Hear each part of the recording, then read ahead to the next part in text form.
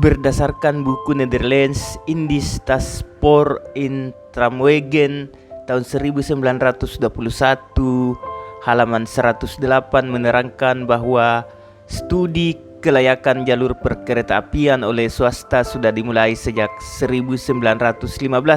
Hasil laporannya secara teknis sebenarnya jalur bisa dibangun tetapi tidak sesuai harapan investor alias tidak akan membawa keuntungan bagi swasta yang akan berinvestasi. Pemerintah pun berkesimpulan bahwa jalur perkeretaapian akan dibangun oleh negara. Pada tahun 1917, penelitian teknis lapangan versi pemerintah dilakukan untuk lintas Makassar-Takalar dan Makassar-Maros-Tanete Parepare Sengkang. Dari hasil studi mengungkap bahwa yang paling realistis dan sesuai dengan budget negara adalah pembangunan dan eksploitasi jalur tram sesuai Statblad nomor 224 tahun 1892. Pembangunan jalur tram tidak serumit jalur kereta api sehingga meski kecepatan lebih lambat dan daya angkut lebih sedikit, biaya yang dikeluarkan lebih hemat dan efisien daripada membangun jalur kereta api. Pada tahun 1918, desain awal lintas pertama jalur tram uap Makassar-Maros selesai dibuat. Setahun kemudian, rencana awal rute Maros-Tanete selesai. Pada tahun yang sama, Gubernur Jenderal mengajukan anggaran tambahan kepada Menteri Jajahan Belanda. Anggaran pun disetujui sekaligus permintaan kepada pemerintah Hindia Belanda agar segera menyelenggarakan penyelidikan awal tentang potensi ekonomi pembangunan jalur kereta api di Minahasa, Sulawesi Utara mulai 1920. Melalui undang-undang yang disahkan Parlemen Belanda pada tanggal 22 Desember 1919 yang dicatat dalam lembaran negara Hindia Belanda nomor 53 tahun 1920, proyek pembangunan jalur tram uap Takalar Makassar Maros resmi dimulai. Pada tanggal 18 Maret 1921, Parlemen Belanda kembali mengesahkan undang-undang yang dicatat dalam lembaran negara Hindia Belanda nomor 200 sebagai landasan hukum pembangunan jalur tram uap Maros-Tanete.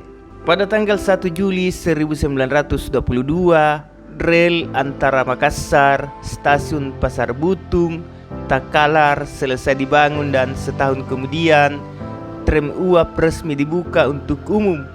Lintas ini menjadi yang pertama sekaligus terakhir yang dibangun pemerintah Hindia Belanda, sedangkan rute Maros-Tanete yang sudah disiapkan desainnya tidak pernah terlaksana pembangunannya. Boleh jadi ketiadaan industri perkebunan di Sulawesi dan belum masifnya produksi tambang nikel menyebabkan jalur tram Makassar-Takalar hanya bertahan 7 tahun. Sejak tahun 1930, layanan kereta api uap terpaksa ditutup karena subsidi dari Stadsspoor en Tramwegen atau jawatan kereta api dan tram negara di Jawa untuk Stadsspoorwegen op Celebes dihentikan akibat krisis ekonomi dan depresi besar pada tahun 1929.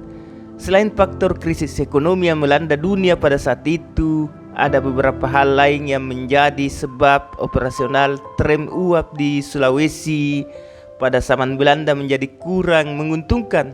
Sejak berlakunya perjanjian Bongaya tahun 1667 diperbaharui pada tahun 1824, tidak serta-merta memudahkan kolonisasi Belanda atas Pulau Sulawesi. Sering terjadi gejolak politik dalam wujud perlawanan rakyat lokal terhadap pemerintah Hindia Belanda di Sulawesi Selatan dan Tenggara. Situasi yang tidak kondusif tersebut menyebabkan pemerintah harus menghadapi kendala fundamental, yaitu keterbatasan tenaga yang ahli di bidang pemerintahan, infrastruktur, dan pendidikan ala barat yang mau ditugaskan ke wilayah ini. Investasi swasta dalam bentuk pembukaan lahan perkebunan pun tersendat. Boleh dibilang bisnis industri perkebunan di Sulawesi tidak seramai seperti di Jawa. Walau tidak memiliki perkebunan besar, Pulau Sulawesi memiliki kandungan nikel dalam jumlah yang besar. Pada tahun 1909, E.C. Abendanom, juga ahli geologi berkebangsaan Belanda, menemukan biji nikel di Kecamatan Pomala, Kabupaten Kolaka, Provinsi Sulawesi Tenggara. Meski demikian, usaha eksplorasi tambang nikel baru dilakukan secara serius pasca Belanda hengkang dari Indonesia oleh PT Internasional Nikel Indonesia atau INCO sejak tahun 1968. Jalur kereta api Pasar Butung ke Takalar merupakan jalur kereta api non-aktif sepanjang 47 km yang menghubungkan stasiun Pasar Butung dengan stasiun Takalar yang berada di Provinsi Sulawesi Selatan. Jalur ini merupakan satu-satunya jalur kereta api yang dibangun oleh pemerintah Hindia Belanda melalui perusahaan Spoorwegen of Celebes di Pulau Sulawesi. Jalur ini dibangun pada pertengahan tahun 1922 atas dasar WET 22 Desember 1919, Lembaran Negara 1920 nomor 53 dan WET 18 Maret 1921 Lembaran Negara nomor 200 dengan izin pembangunan jalur kereta api Takalar Makassar Maros Tanete. Sementara itu, segmen Pasar Butung Takalar dibuka pada tanggal 1 Juli 1923. Namun, jalur ini hanya beroperasi sementara karena krisis ekonomi yang melanda dunia pada tahun 1930. Biaya yang diperlukan untuk pengiriman barang melalui jalur kereta api ini masih terlalu mahal. Masyarakat setempat menilai bahwa pengiriman barang melalui truk dan cikar akan lebih menguntungkan ketimbang menggunakan kereta api. Selain itu, kereta api juga mendapatkan saingan yang ketat dari kapal maupun perahu layar. Lebih-lebih Makassar dan Takalar ini berlokasi di pesisir pantai.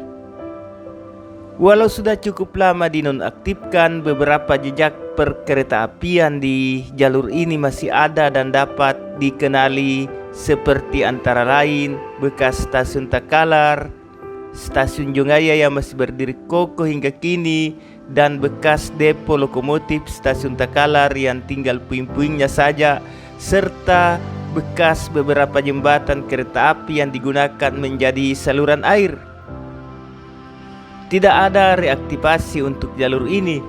Rute jalur kereta api Trans Sulawesi yang dicanangkan oleh Direktorat Jenderal Perkeretaapian berbeda dengan yang dibuat oleh STC, serta menggunakan lebar sepur 1435 mm dengan nomor rel R60 guna meningkatkan kapasitas angkut dan kecepatan. Jika jalur STC arahnya ke selatan dari Kota Makassar, jalur Trans Sulawesi tahap pertama ini menuju ke arah Kota Parepare di utara Makassar. Berikut ini daftar stasiun jalur kereta api Pasar Butung ke Takalar, dimulai di stasiun kereta api Pasar Butung, selanjutnya di stasiun Tallo, selanjutnya di stasiun Skipwirwek, selanjutnya stasiun Mamajang, selanjutnya stasiun Jongaya, selanjutnya Malengkeri, selanjutnya stasiun Sungguminasa, selanjutnya stasiun Cambaya, selanjutnya stasiun Kalukuan, selanjutnya stasiun Aing Batu, selanjutnya stasiun Limbung, selanjutnya stasiun Badok, selanjutnya stasiun Rapokaleleng, selanjutnya stasiun Paleko, selanjutnya stasiun Manungkoki, selanjutnya stasiun Bontomatene, selanjutnya stasiun Parik-Risik, selanjutnya stasiun Patalasang, dan selanjutnya stasiun Pak Rasangamberu, dan yang terakhir adalah stasiun Takalar.